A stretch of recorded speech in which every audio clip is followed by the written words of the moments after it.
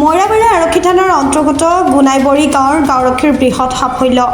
মুখ্যমন্ত্ৰীৰ উন্নত পকীপথ নিৰ্মাণ আঁচনিৰ নামত ব্যৱহাৰ হোৱা বইলাৰ ৰোড প্ৰিণ্টিং মেচিনৰ লগতে সা সামগ্ৰী উদ্ধাৰ কৰে। ৰাস্তাৰ সামগ্ৰী চুৰিৰ সন্দেহত মৈৰাবাৰী আৰক্ষীয়ে আটক কৰা 6জনক। আটকাধীন 6জন 6 গাঁৱৰ বুলি জানিব পৰা গৈছে।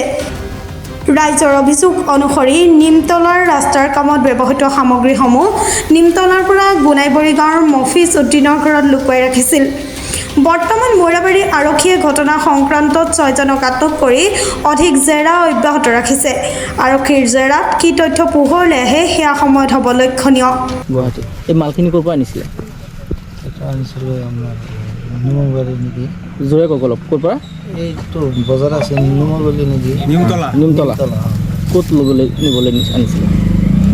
ইয়াৰ পৰা লৈ যাব আহিছিল। চুৰি কৰি আনিছে? না কেনেকৈ আনিছে? মালবিলাক ক'ৰ পৰা আনিছিলে? তাৰ পৰা ক'ত নিবলৈ আনিছিলে? ক'ত লৈ গৈ আছিলে আপুনি মালখিনি? এইখন ঘৰত নেকি? অঁ। কাৰ ঘৰ? চিনি নাপাওঁ। চিনি নোপোৱাকৈ আপুনি কেলৈ আনিছে? আপুনি আগৰ পৰাই মাল থৈ আছে এইটো ঘৰত? নাই থোৱা। আগত যে বস্তা কেইটামান আছে সেইখিনি কোনে আনিছে? এইকেইটা আমি আনিছোঁ। আপুনি আনিছে? কেতিয়া আনিছে? হ'ব। কাক আনি দিছিলে? মানুহজনৰ নাম জানে? নাই। মানে আজি 3 দিনৰ পৰা সিহঁতে মানে মালখিনি ইয়াত হ'ব আৰু বহুতখিনি মাল আনিবলৈ প্ৰচেষ্টা কৰি আছিলে। চুৰিৰ মাল? চুৰিৰ মাল।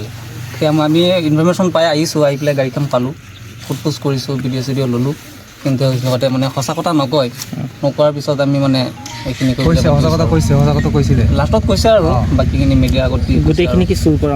গোটেইখিনি ক'ৰ পৰা আনিছে বস্তু? সিহঁতে নিমতলা ক'ৰবাত কাম কৰি আছিলে, কিন্তু সিহঁতৰ গুদাম ক'ৰবাত আছে। আৰু যিটো ঘৰত উদ্ধাৰ হৈছে মালখিনি তেওঁ কি জড়িত আছে নেকি? নাই তেওঁ জড়িত নাই। তেখেত মানে অলপ মূৰ্খ টাইপৰ মানুহ। ভাড়াত নহয়, তাৰমানে মানুহজন কৈছিলে আৰু যে আমি ৰাস্তাৰ কাম কৰিম, মাল কেইটামান থ'ব লাগে। মানুহজন গম পোৱা নাছিলে? নাই মানুহজন গম পোৱা নাই যে মালটো চুৰিৰ মাল। কি বিডিপি কি হৈছে ঘটনাটো? মানে আজি 3 দিনলৈকে মাল থৈ আছে, আমি গম নাপাওঁ। ঘৰত মাইকী মানুহে কয়, কিন্তু আমি গম নাপাওঁ। আজি আমাৰ ইয়াত তেখেতে গম পালে। আমি বজাৰত আহিছিলোঁ, দৌৰি আহিছোঁ, আহি পিনি চাইছোঁ ইয়াত ধৰক গোটেইখিনি মাল ষ্টক আছে। সুধিছোঁ মানে চিগাৰেট নাহে, প্ৰথমে চিগাৰেট নাহে, পিছত ক'লে যে আমি গুৱাহাটীৰ পৰা আহিছোঁ। কি তেনেকুৱা কৈছে। পিছত কৈছে যে আমাৰ লগত আমাৰ ঠিকাদাৰ চাব ঠিকাদাৰ আছে, তেখেতে মালটো ইয়াত পঠাই ইয়াত ৰাখিব দিছে, পিছত আকৌ নিব দিছে। আমাৰ নামটো কি? নামটো ক'ব নোৱাৰে। মোবাইল নাম্বাৰ ফোন কৰিছে, কৈছে কৰ্ণেল বুলি কৈছে। কৰ্ণেল আহিছে, আহি মানুহটো চাইছোঁ ইয়াত আছে।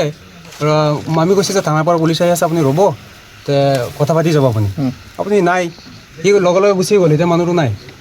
আৰু এজন কৈছে লগে লগে চিগাৰ আহিছে যে মুন্সী এজনে মোক শিকাই দিছে। মুন্সীটো কোন ইয়াতে আছিলে? মুন্সীখন তাৰ নাম জানে। মুন্সী কোন মানে সুধিছোঁ আমি, কৈছে এই তেখেতে। নামটো আমি জানো, ইছৰাইল বোলো, তেনেকুৱা মানুহ।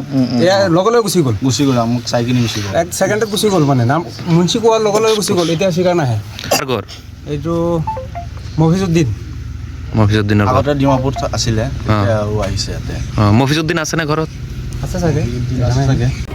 মৈৰাবাৰীৰ পৰা নছিদুৰ ৰহমানৰ ৰিপৰ্ট, প্ৰাতঃ টাইম ডিজিটেল।